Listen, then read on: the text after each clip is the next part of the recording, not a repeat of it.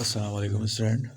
Previous class में हमने जो है वो अमाइनो एसिड्स के बारे में पढ़ लिया था। अमाइनो एसिड की डेफिनेशन मैंने आपको बताई थी कि अमाइनो एसिड्स जो हैं वो ऑर्गेनिक कंपाउंड्स होते हैं जिनमें आपके पास जो है दो फंक्शनल ग्रुप मौजूद होते हैं, एक अमाइनो NH2 ग्रुप और एक जो होता है वो कार्बोक्सिलिक ग्रुप। और उसमें मैंने आपको जो है एक फंडामेंटल जो स्ट्रक्चर होता है अमाइनो का, ठीक है, NH2 और कार्बोक्सिलिक, ये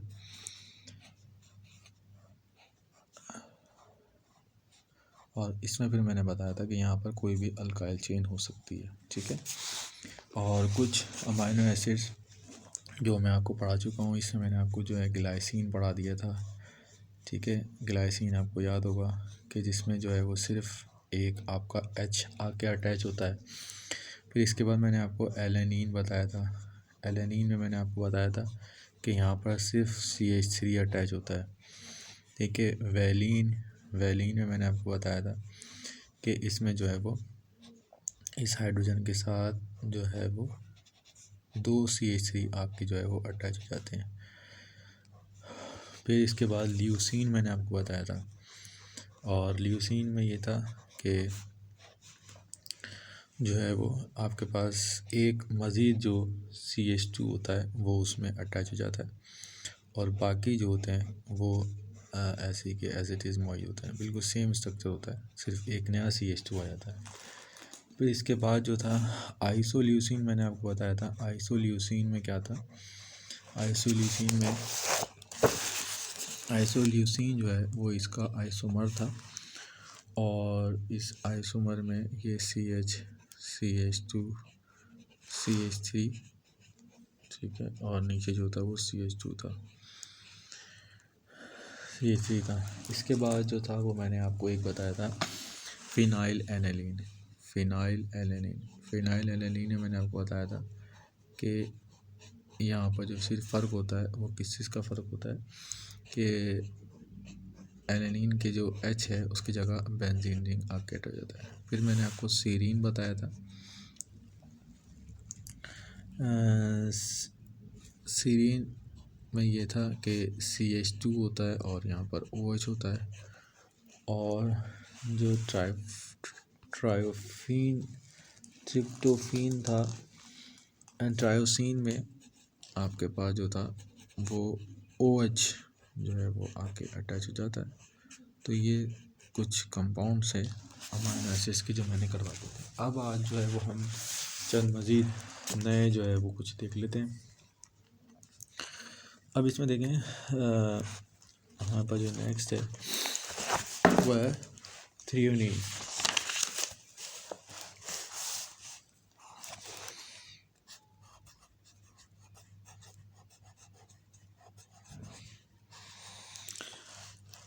अब थ्रियोनीन में देख लेते हैं क्या है कि यहाँ पर जो है वो आपके पास NH2 होता है, और यहाँ पर जो होता है वो कार्बोक्सिलिक ग्रुप यहाँ अटैच होता है, ठीक है। और इसमें जो होता है वो थ्रियोनीन में जो है वो यहाँ एक C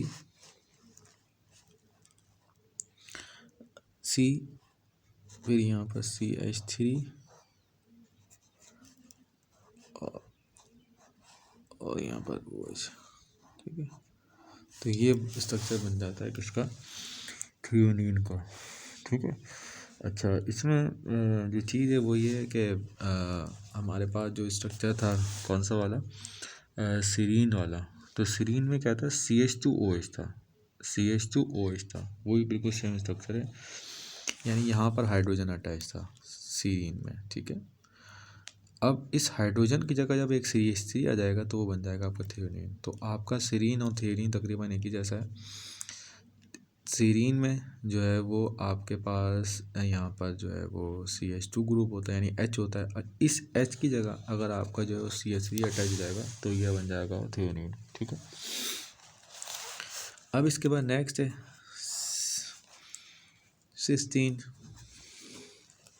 सिस्टीन को देख लेते हैं क्या है। अब देखें सिस्टीन में देखें वो ये है कि अभी हमने जो है वो सीरीन पढ़ा था, ठीक है। सीरीन में सिंपल सा ये था कि यहाँ पर जो था वो आपका CH2 और OH ग्रुप बचा था, ठीक है। अच्छा, अब सीरीन और सिस्टीन में जो फ़र्क है वो ये है कि आपको पता है कि ऑक्सीजन और सल्फ़र दोनों के दोनों जो हैं वो एक ही ग्रुप के जो हैं वो एलिमेंट्स हैं, ठीक है। तो सिस्टीन में ये होता है कि आपके पास जो है ये आपका देखें वो क्या था, CH2 था, ठीक है, ये CH2 था और यहाँ पर O अटैच था, यहाँ O अटैच था और O के साथ H था। तो भाई यहाँ सिंपल सा होता है, यहाँ सल्फ़र होता है, ठीक है। यानी यहाँ पर जो आपका सीरीन है उसका यहाँ H और OH है और इसमें सिर्फ यहाँ पर क्या मौजूद है, यहाँ पर S और OH मौजूद है, ठीक है। जैसे अल्कोहल होता है तो OH होता है, थायो अल्कोहल में SH होता है, तो इसमें सिर्फ आपका यहाँ पर जो है वो SH जो होता है वो जो होता है मौजूद होता है, ठीक है। अच्छा, इसके बाद अब नेक्स्ट जो है वो देख लेते हैं एस्परजीन। एस्परजीन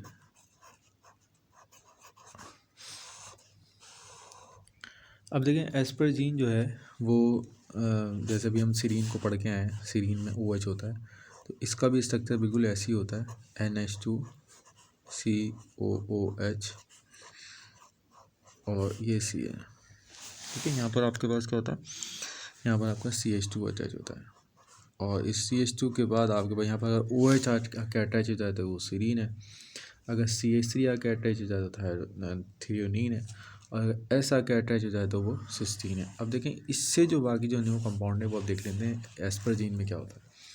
अब देखें एक फंक्शन ग्रुप होता है, उसका नाम होता है अमाइड, ये आपने सुना हुआ भी होगा।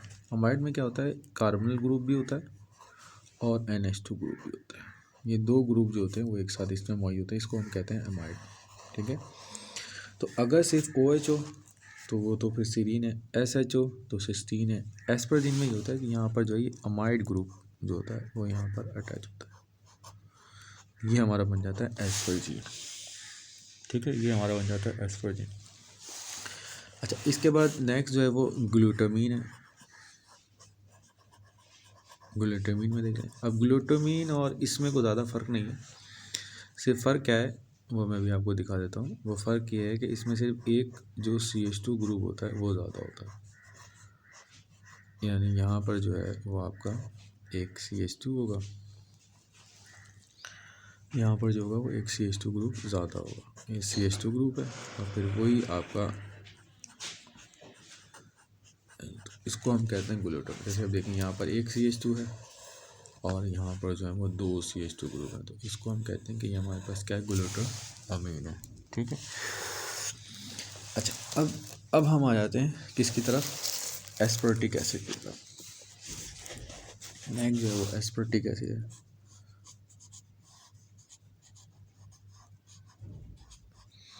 अब देखिए यहाँ आपको नज़र आ रहा है एसिड का ग्रुप में वर्ड नज़र आ रहा है, ठीक है। तो इस एसिड के वर्ड से अब आप अंदाज़ा लगा लें क्या होगा ये। देखें इसमें एक तो आपका बेसिक जो स्ट्रक्चर है वो यही है कि यहाँ NH2 है, ठीक है, NH2 और CH2। अब देखें ये जो यहाँ से जो वाले कंपाउंड है ना, जो सीरीन से स्टार्ट हुए हैं कि यहाँ पर OH आ जाएगा, फिर ऐसे जाएगा, फिर सिंपल सा ये कि अगर इसके बराबर में अगर अमाइड है, देखिए अभी मैंने आपको दिखाया था, अगर अमाइड है तो एस्परजीन है, अगर एक CH2 और आ गया तो ग्लूटामीन है।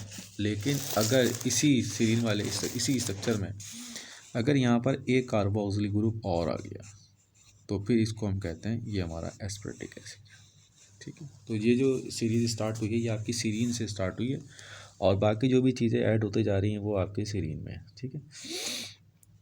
एस्पर्टिक एसिड हो गया। अब इसके बाद है हमारे पास ग्लूटामिक एसिड। अब ग्लूटामिक एसिड में देख लें, इसमें और इसमें ज़्यादा कोई फ़र्क नहीं है, सिंपल वही फ़र्क है, एसिड है तो यहाँ पर आपका एसिड आ जाएगा, यानी ये बेसिक जो अमीनो एसिड है वो तो यही आ गया, ठीक है। बस फ़र्क ये होता है कि इसमें एक CH2 और मज़ीद अटैच जाता है, ठीक है। तो ये हमारा बन जाएगा ग्लूटामिक एसिड, ये हमारा ग्लूटामिक एसिड, सही है। अब इसमें एक जो है वो हम देख लेते हैं, एक कंपाउंड है लाइसिन। लाइसिन, अब देखें लाइसिन, ग्लूटामिक एसिड और लाइसिन में फ़र्क ये होता है कि जो है यहाँ पर जहाँ कर भी एसिड आ रहा है तो यहाँ पर तो आपको एसिडिक ग्रुप नज़र आ रही है, लेकिन लाइसिन में वो NH2 ग्रुप नज़र आता है। ठीक है, अब यहाँ देख लें ये NH2,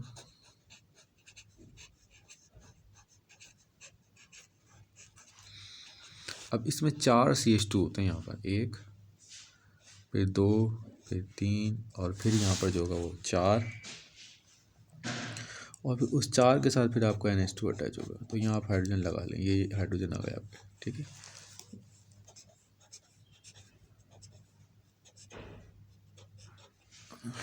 तो ये हमारा बन गया लाइसिन। ठीक है, अच्छा अब इसमें जो है ना वो दो जो कंपाउंड हैं उनको ज़रा हम देख लेते हैं। एक हमारे पास क्या था, ट्रिप्टोफेन। ट्रिप्टोफेन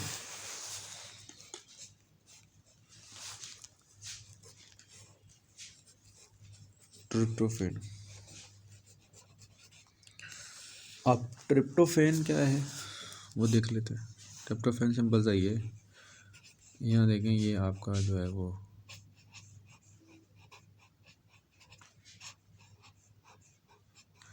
अब ट्रिप्टोफेन में सिंपल से याद रखें कि यहाँ पर जो है वो CH2 के साथ जो है वो एक 4 मेंबर्ड रिंग जो होता है वो यहाँ पर अटैच होता है इस तरह करके।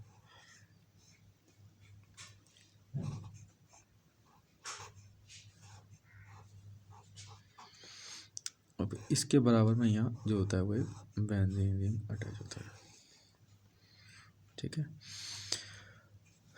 ये चीज़ जो है वो आपके पास आ गई।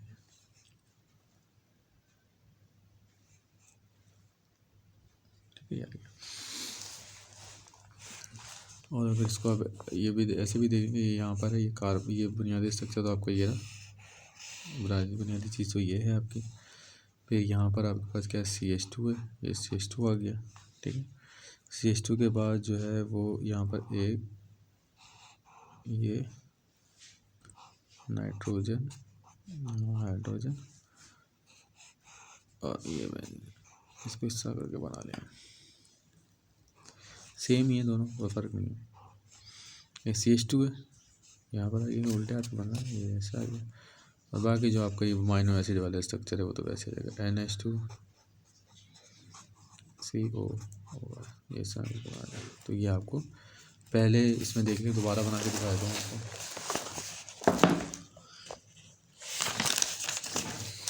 ये CH2 है, ठीक है, इस CH2 में फिर आपको ये एक इस तरह करके 4 मेंबर देंगे।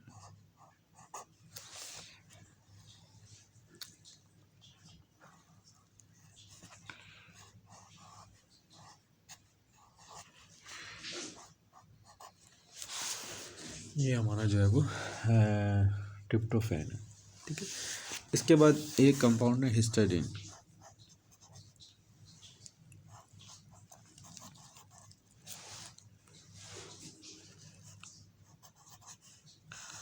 अब हिस्टाडीन में देख लें क्या होगा। अब हिस्टाडीन में देखें ये आपके पास क्या होगा, CH2 आ जाएगा यहाँ पर, जैसे वहाँ पर आया था CH2। ठीक है, अब बाकी जो स्ट्रक्चर तो बिल्कुल सेम ही रहेगा। ये जो है वो आपका NH2 आ जाएगा।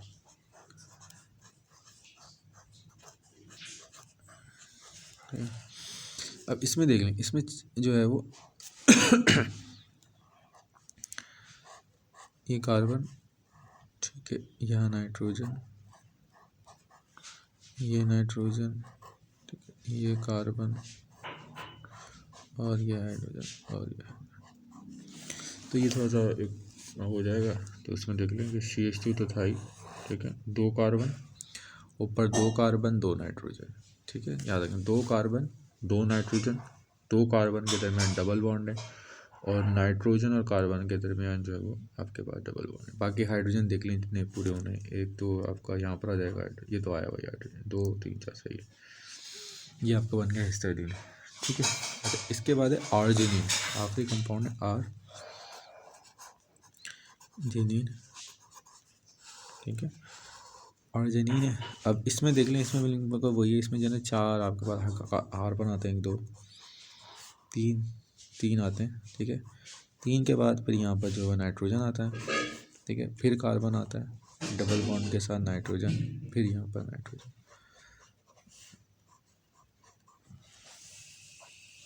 तो इसको हम कहते हैं कि ये हमारे पास क्या आर्जिनिन है। ठीक है। तो ये स्टूडेंट ये दो हमने जो कंपाउंड है, 3 कंपाउंड जो थोड़े से कॉम्प्लिकेट हैं वो हमने देख लिए। ठीक है। हिस्टडीन में सिंपल सा क्या होता है, कार्बन कार्बन नाइट्रोजन नाइट्रोजन, यानी यहाँ पर आपके पास CH2 होगा। ठीक है। CH2 के बाद यहाँ कार्बन होगा, यहाँ कार्बन होगा, यहाँ नाइट्रोजन होगा, यहाँ नाइट्रोजन होगा। इन दोनों को जो मिलाएगा वो कार्बन मिलाएगा, यहाँ पर डबल बॉन्ड आ जाएगी, यहाँ पर डबल बॉन्ड आ जाएगी, यहाँ पर जो होगा वो हाइड्रोजन आ जाएगा, यहाँ पर जो होगा वो हाइड्रोजन आ जाएगा। तो ये बन जाएगा आपका हिस्टडीन। और उसके आर्जिनिन में सिंपल सा ये होगा कि 3 कार्बन आएंगे, फिर 1 नाइट्रोजन, फिर कार्बन, फिर नाइट्रोजन, फिर कार्बन, इस तरह करके ये आपके पास जो है वो बन जाएगा कि आर्जिनिन बन जाएगा। ठीक है। तो टोटल मैं 19 जो है वो आपको करवा दी है। अब इसके अंदर कुछ क्लासिफिकेशन है हमारे पास, क्लासिफिकेशन ऑफ अमाइनो एसिड। अब अमाइनो एसिड की जो क्लासिफिकेशन है वो ये है कि कुछ अमाइनो एसिड होते हैं जो हमारे पास एसिडिक होते हैं, और कुछ जो होते हैं वो बेसिक होते हैं, और कुछ जो है वो हमारे पास क्या होते हैं, न्यूट्रल होते हैं।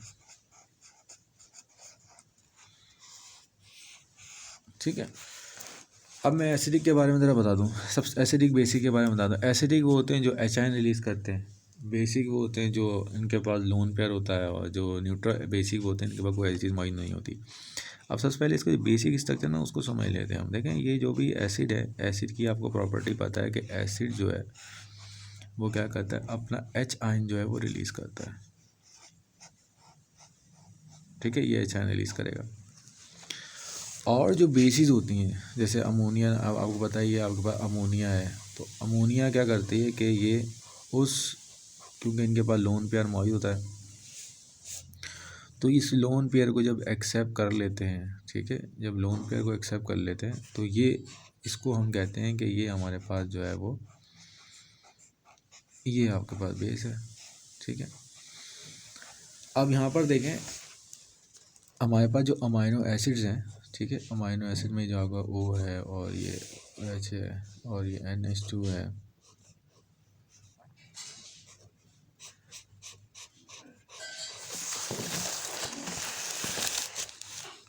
इसमें देख लीजिए ये आपका जो कार्बोक्सिलिक है, ये कार्बोक्सिलिक है, ये नाइट्रोजन है। ठीक है।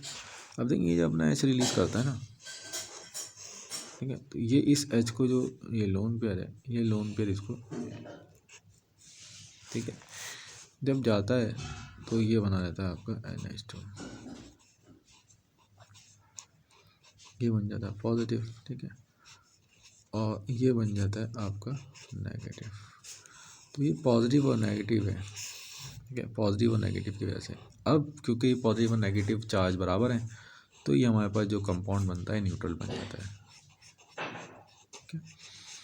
तो ये आपके पास जो है वो नेचर डिटरमाइन करती है किसकी, अमाइनो एसिड्स की, कि आपके पास किस किस्म के जो है वो अमाइनो एसिड्स हो सकते हैं। तो ये अब नेक्स्ट क्लास में आपको पढ़ाऊंगा। तो ये सिर्फ मैंने आपको बताया ऐसे जब H आयन रिलीज़ करते हैं तो उस H आयन को अमाइन जो है वो एक्सेप्ट कर लेते हैं, और एक्सेप्ट करने के बाद जो है वो उन पे चार्ज आता है, तो इसको हम कहते हैं न्यूट्रल। और ऐसा अमाइनो एसिड जिसमें ये जो 2 आयन मौजूद हों तो इसको हम कहते हैं ज़्विटर आयन। ज़्विटर कहते हैं डबल को, तो इसमें 2 आयन मौजूद हैं। अब कल जो है हम मज़ीद इसकी क्लासिफिकेशन पढ़ेंगे एसिडिक, बेसिक और न्यूट्रल की। ठीक है। तो इन अमाइनो एसिड्स के स्ट्रक्चर जो है वो अच्छी तरह से याद कर लीजिएगा, और जितने सिंपल हो सकते थे मैंने आपको सिंपल करके ये आपको पढ़ाए हैं, इनको अब जो है वो याद कर लीजिएगा।